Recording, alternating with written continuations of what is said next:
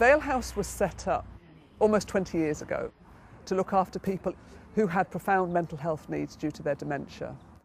At that time in Oxfordshire, the only place that you could go for that sort of care was to a general care home or into hospital.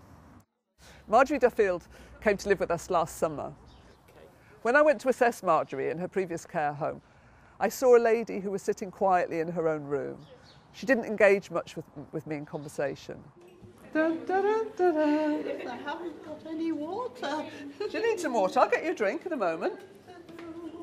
Her son had told us that she used to play the organ in the local church and had a lot of pleasure, and music had been a very important part of her life.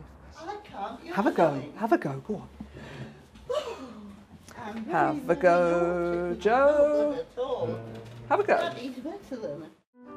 We then decided that we would try and sit with her for a very short period each day and see if she could pick up tunes again. So we would sing a hymn to her, and she started again picking up those tunes and playing some of those favourite hymns.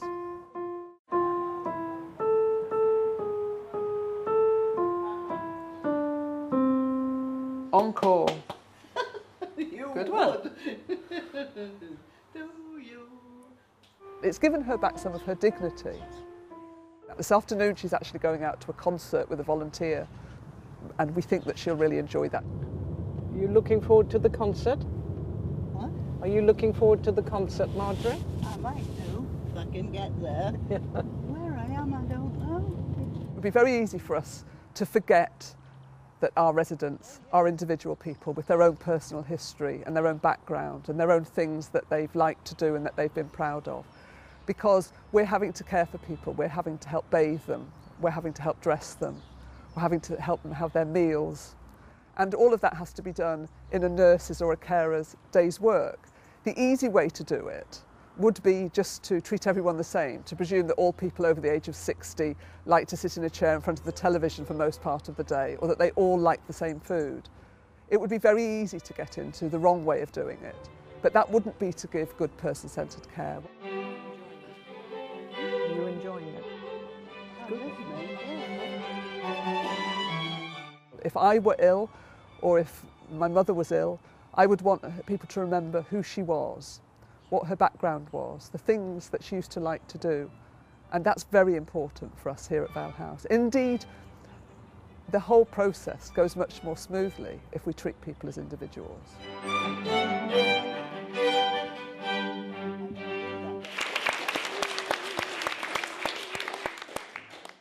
When Vale House was developing itself and developing this ethos, we looked at the hospice model of care and found that, for instance, we would like our families to be supported through a family support service.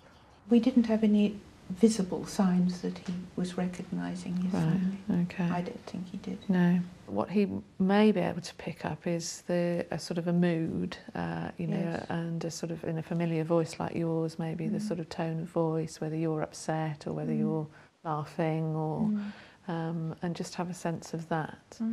Our family support worker, Nikki, would go and meet the family before the person's admitted, and then support them in those early days. Sometimes that's a very traumatic, distressing time for family. They feel guilty that their relative has had to come into a home.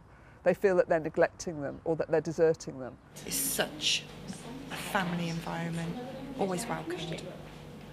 Any problems, well, there's hardly any. You know, the families are taken care of as well as mum, the patient. Indeed, we offer the family support service through till 13 months after the death of their loved one, and that's to recognise that we can help them through the first Christmas after a death and also the first anniversary.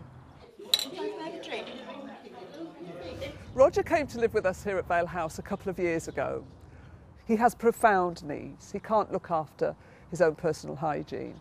He doesn't recognise a table with food on it any longer. At meal times, we have to sit with him and persuade him to eat his food. He likes rowing. He liked trains. He was a social worker. He was an academically inclined person. Do you want to hold that? Yeah. You used to collect these, yeah? Yeah. Is that a special one? Yeah.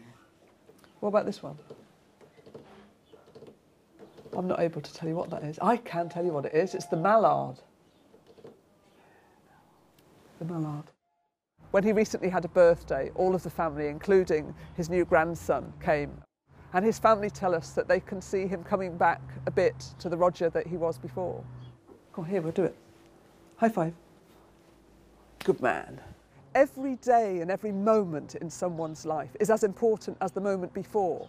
A moment in one of my residents' lives is no less important than a moment in mine. I don't throw away moments or days in my life, and we shouldn't do that for people who have dementia. So it really matters that we find out that a man worked on the railways, that he liked football. Who his favourite football team were? There were no little nose in the order, no there. Swimming in the river. Yeah, lived in Westy and walked back. And it's number 32 West Street. Number 32 West Street, that's right. Yeah. Even when people are very mentally disabled, if you say something that resonates with them, that they remember, you will get a smile, you'll get some feedback. They'll start to feel better, they will be calmer. It's about their well-being, that's what we're striving for. We'll get lunch, eh?